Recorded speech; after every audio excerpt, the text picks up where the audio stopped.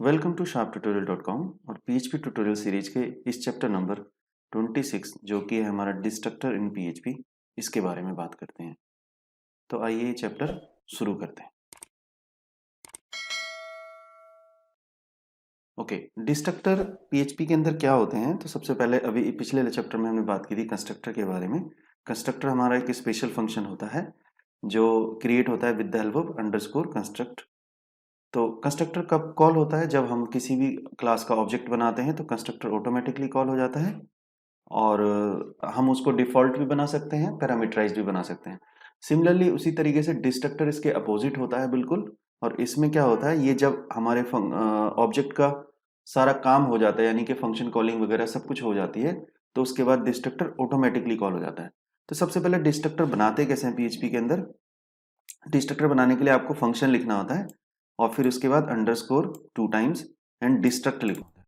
ये मेरा कीवर्ड होता है डिस्ट्रक्ट, इसकी हेल्प से हमारा डिस्ट्रक्टर बनता है। तो नीचे जो एग्जाम्पल में हमने समझाया हुआ उसको एक बार देख लेते हैं। ये हमने क्लास बनाई, क्लास एग्जाम्पल, इसके अंदर एक फंक्शन है ये, यानी एक कंस्ट्रक्टर है। क्या नाम रखा हुआ है इसका? Underscore construct. ये मेरा एक डिफॉल्ट कंस्ट्रक्टर है, इसके अंदर मैंने एक मैसेज प्रिंट कराया हुआ है। उसके बाद एक फंक्शन है नॉर्मल फंक्शन प्रिंट, उसके अंदर मैंने एक प्रिंट कराया हुआ है। फिर लास्ट में मैंने डिस्ट्रक्टर बनाया हुआ है। तो डिस्ट्रक्टर बनाने के लिए क्या किया हुआ है? Function underscore 2 times underscore destruct और फिर मैंने ई को एक मैसेज प्रिंट कराया हुआ है। तो ये मेरी क्लास यहाँ से शुरू हुई, यहाँ पे मेरी क्लास खत्म हो गई। अब हमने इस क्लास का ऑब्जेक्ट बनाया, तो जैसे ही मैंने इस क्लास का ऑब्जेक्ट बनाया होगा ये फंक्शन मेरा ऑटोमेटिकली कॉल हो जाएगा, अपने आप कॉल हो जाएगा। लेकिन ये जो मेरा फंक्शन है प्रिंट फंक्शन, इसको मुझे कॉल करना पड़ेगा। तो वो कैसे करूंगा?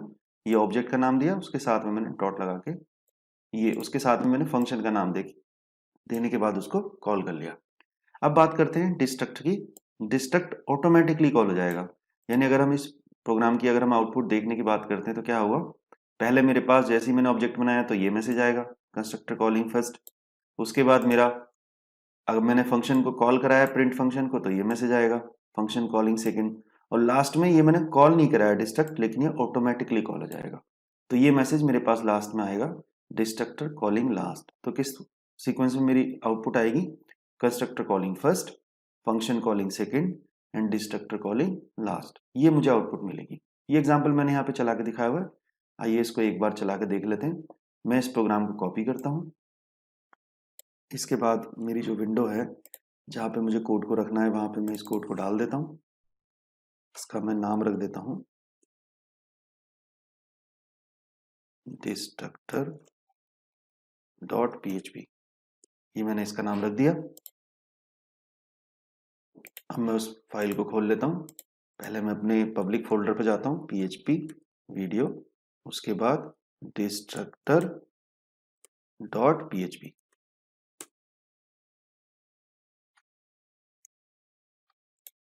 ये मैं खोलता हूँ डिस्ट्रक्टर डॉट PHP, तो ये मेरी आउटपुट आ जाती है।